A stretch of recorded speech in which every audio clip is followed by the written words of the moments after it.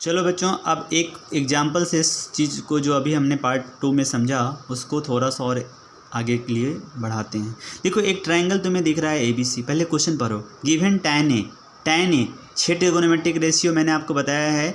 tan A उसमें से एक है, उसका वैल्यू दिया है 4/3। Find the other trigonometric ratios of the angle. मतलब एक दिया है तो बाकी के 5 पूछे हैं। सबसे पहली बात हमें समझना चाहिए, मैं एक बार आपको रिवाइज कराता हूँ। यहाँ पे जो जो हमने फार्मूला पढ़ा है, क्या क्या पढ़ा है, जल्दी जल्दी बताओ। साइन ए, देन मैंने बताया था साइन ए क्या होता है, P/H। तो साइन ए याद हो गया जिसको, उसको कॉसेक याद रहेगा। कॉसेक ए क्या हो जाएगा, H/P। टैन ए क्या होता है, टैन ए होता है P/B। तो कॉट ए क्या हो जाएगा, कॉट ए हो जाएगा B/P। ओके, कॉस ए कितना है, कॉस ए होता है आपका B/H। तो बताओ सेक ए क्या हो जाएगा, सेक ए हो जाएगा H/B। तो तुमको ये फार्मूला अगर याद नहीं रहेगा तो बोला है इसमें फाइंड अदर ट्रिगोनोमेट्रिक रेशियो। कैसे निकालोगे, नहीं निकाल सकते, इसलिए फार्मूला बहुत इंपॉर्टेंट है। इसको बार बार प्रैक्टिस करो, याद हो जाएगा। लिखो 4 बार 5 बार, 2 दिन 3 दिन लगातार, याद हो जाएगा। चलो आप क्वेश्चन करेंगे कैसे ये समझते हैं। यहाँ पे हमें दिया है tan A का वैल्यू, tan A कितना दिया है हमें, 4/3। तो अब देखो इस डायग्राम में मैंने एक पहले से ट्रायंगल बना के रखा हुआ है, ठीक है, थोड़ा हमारा टाइम बचे इसलिए। ABC में एंगल भी क्या है यहाँ पे, 90 डिग्री। अब देखो मैंने आपको बताया 90 के सामने हमेशा हाइपोटेनस होता है। अब देखो यहाँ पे tan थीटा मैंने तुम्हें लिखना सिखाया था, लेकिन tan A भी वही चीज़ है। मैंने आपको बोला कि tan A को अगर मैं ऐसे चाहूँ तो ऐसे भी लिख सकता हूँ, this is equivalent to tan, और इसको थीटा मान लो तो ये tan थीटा हो जाएगा। मतलब सेम ही बात है।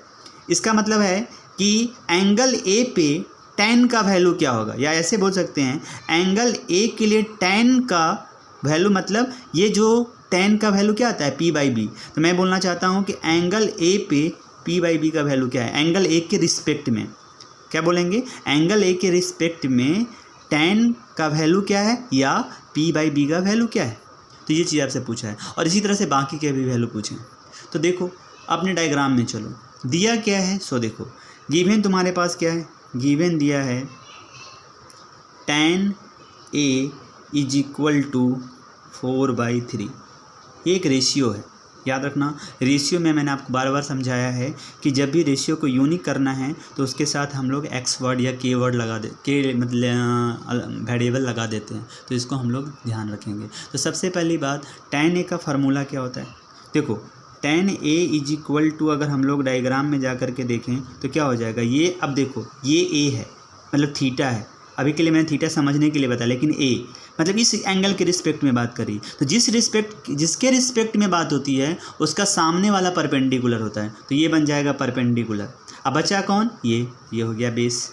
तो यानी tan A = मैं लिख सकता हूँ BC अपॉन, परपेंडिकुलर कौन है यहाँ पे, BC/AB, या तुम इसी को P/B लिख सकते थे, तुमको जो मन में आता है लिखो।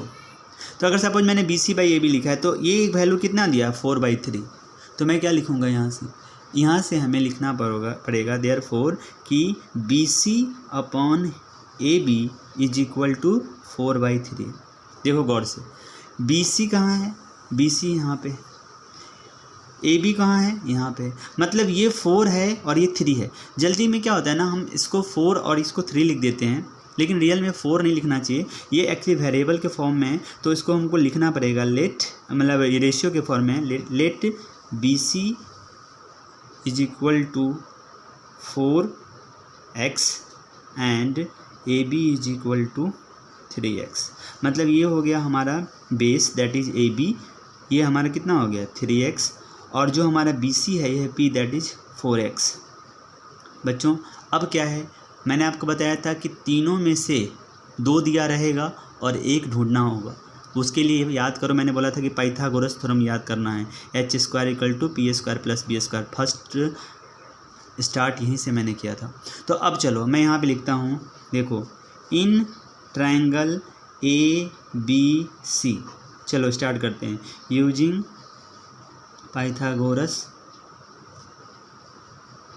थ्योरम। क्या मिलेगा मुझे, सामने में है क्या, हाइपोटेनस, दैट इज AC। तो AC² = बाकी के 2, दैट इज AB² + BC²। तो AC² तो तुम्हें चाहिए ही, इसका वैल्यू नहीं है, लेकिन इन दोनों का वैल्यू पता है। ए बी का वैल्यू पता है 3x, तो 3x का स्क्वायर प्लस बी सी का वैल्यू दिया है 4x, तो 4x का स्क्वायर कर दो। ठीक है यहाँ तक। अब यहाँ से ए सी स्क्वायर करोगे तो ये होगा 9x स्क्वायर, 3 का square 9x square plus 16x square.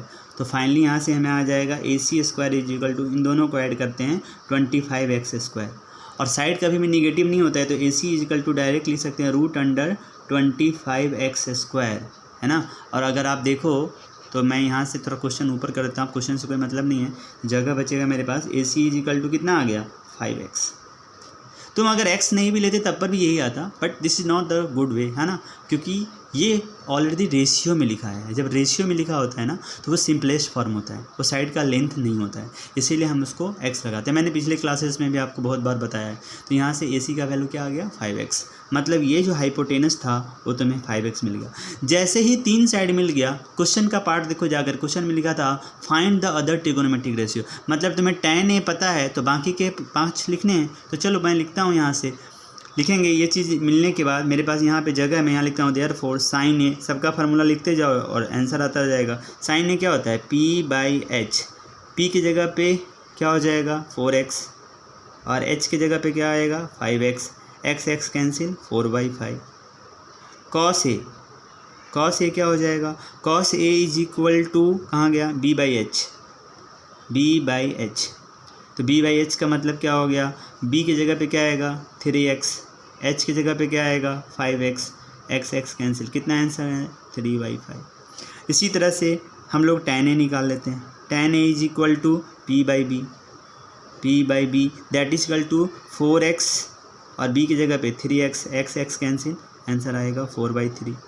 इस तरह से साइन कॉस tan निकालने का, तुम्हें पता है साइन का उल्टा होता है कॉसेक, वैसे भी कर सकते हो डायरेक्ट, लेकिन लिखो tan a के बाद cot a लिखो। cot a is equal to क्या होगा b/p इजकल टू, मैं डायरेक्ट लिखता हूँ 3/4।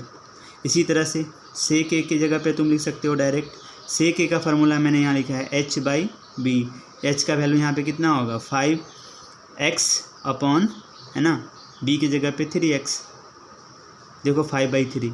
तो मैच भी कर सकते हो, ये दोनों एक दूसरे का रेसिप्रोकल है। तो साइन कॉस tan कॉट मैंने निकाल दिया। अब हमारे पास एक और बचा हुआ है, that is cosec A. Cosec ए का वैल्यू h/p होता है, h/p यहाँ पे लिखना है तो यहाँ लिख ही दो, सब में जब लिखे हो तो ये हो जाएगा 3/4, और यहाँ से h/p लिखोगे तो h का वैल्यू आ जाएगा 5x, और p का वैल्यू कितना आ जाएगा 4x। अब यहाँ से आप देख सकते हो फाइनल आंसर क्या होगा 5/4, ये सब लोग देख सकते हो। अब देखो बच्चों, साइन ए का वैल्यू 4/5 आया है, तो इसका आया है 5/, उल्टा आया है, चेक कर सकते हो। tan ए का वैल्यू आया है 4/3, तो cot ए का 3/4, sec ए का 5/3, तो cos ए देखो कहाँ पे होगा 3/5।